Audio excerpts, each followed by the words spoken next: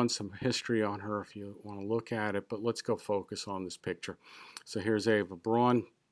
And again, this is going to be very difficult to wrap your mind around, but we're going to start with this gentleman here. I'm looking for Deanna Durbin movies and pictures of Deanna Durbin, and here I find the gentleman who looks strikingly like him, and his name is John King. He's tall, taller than Deanna Durbin, here taller than Ava Braun. She may be sitting though. Same kind of quality of hair, dark black. Same look to the face, a little bit of a pointy nose, same closed mouth. This really looks like the same person over here, but if you're not convinced, we're going to go in a circle. If you're not convinced with him, this one should nail it for you. This is Deanna Durbin again, and this is Franchot Tone, who's an actor, and this one is 100% match here. Look at the hair, the brow, the chin, everything on this gentleman matches this gentleman. Maybe they add a little prosthetic nose here. I can't tell. It's a little bit blurry. The picture's blurry. So we have two of them now. Again, this is Deanna Durbin, Ava Braun, and we've got two of them so far. We'll move down the row. Benny Barnes played in films with Deanna Durbin, and I'm making out this woman to be Benny Barnes. Same kind of look about them, albeit here they show her more made up and with the eyebrows, but very similar features. Charles Winninger shows up in movies with Deanna Durbin, and here he is facing Benny Barnes, or whoever this woman's other identity is. And you can look up other pictures of this gentleman. This one just happened to have Deanna Durbin in it, but there's a couple better ones. But here it's an older gentleman with a little bit of thinning hair. Here they may have darkened it up a little, but this is the same gentleman. And this is that guy Fagelin.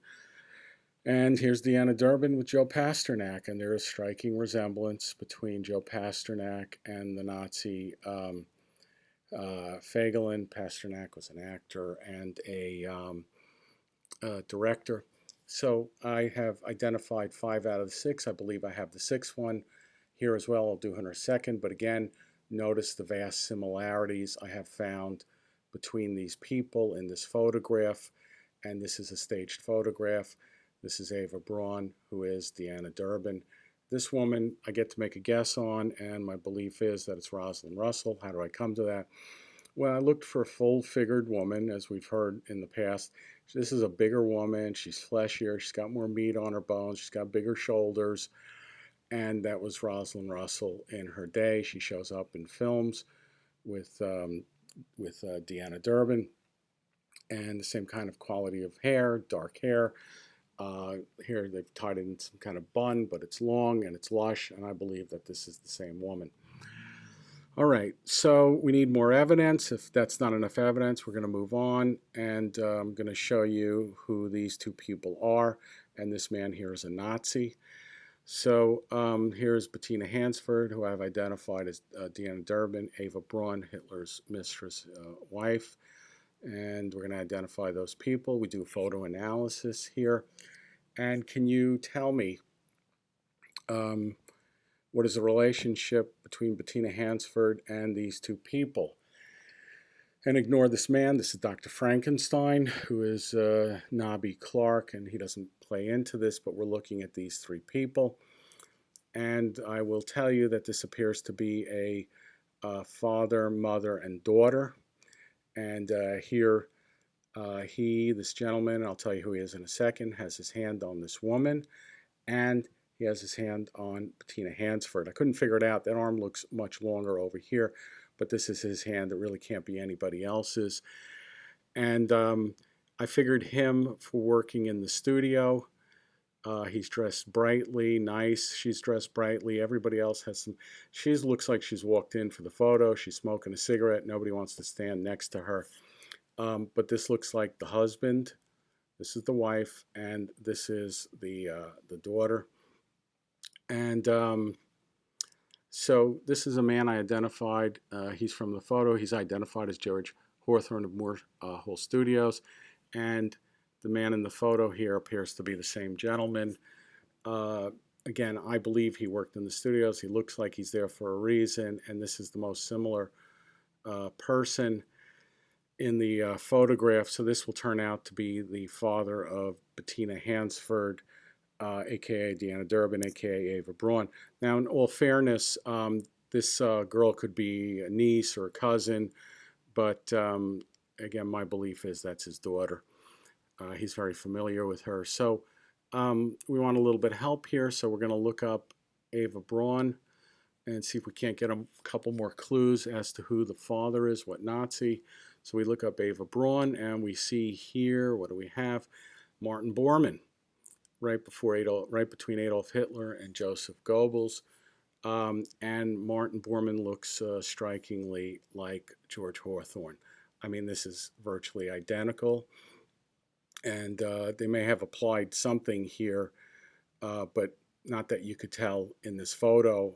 And I can't tell you exactly why, but these two people look virtually identical. In a couple other photos, they look like they've done a better job disguising Martin Bormann, but not much better.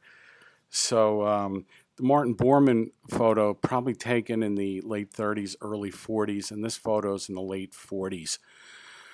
So, again, here's Martin Bormann. This woman, I'm guessing, is Gerda Buch, the wife of Martin Bormann. They look sort of similar. There's other photos, but as blurred as this is, I think it really showed the features the best. You can go look it up and see if you can figure it out.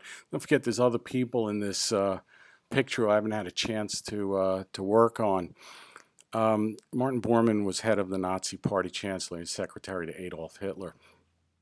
So here's another picture of Martin Bormann. Here he looks more sinister than George Hawthorne. They've added some appliances. They've made him look grim. They've darkened the eyes. But what they didn't do is get rid of the ears.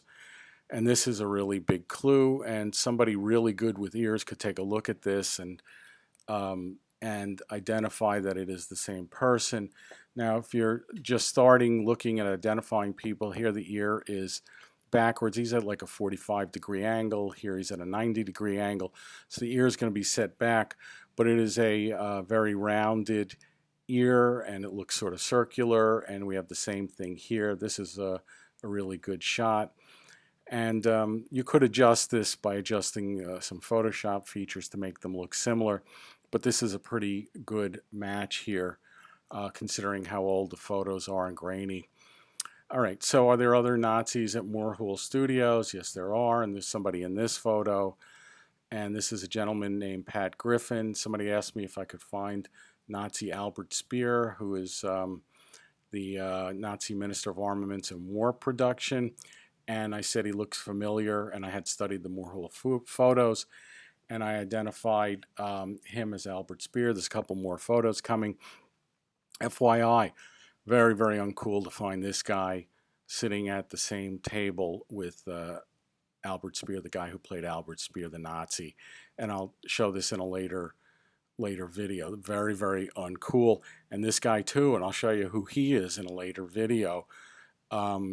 Also bad, but this is really ugly, and they should never have been seen in a photo together. Nobody predicted the internet.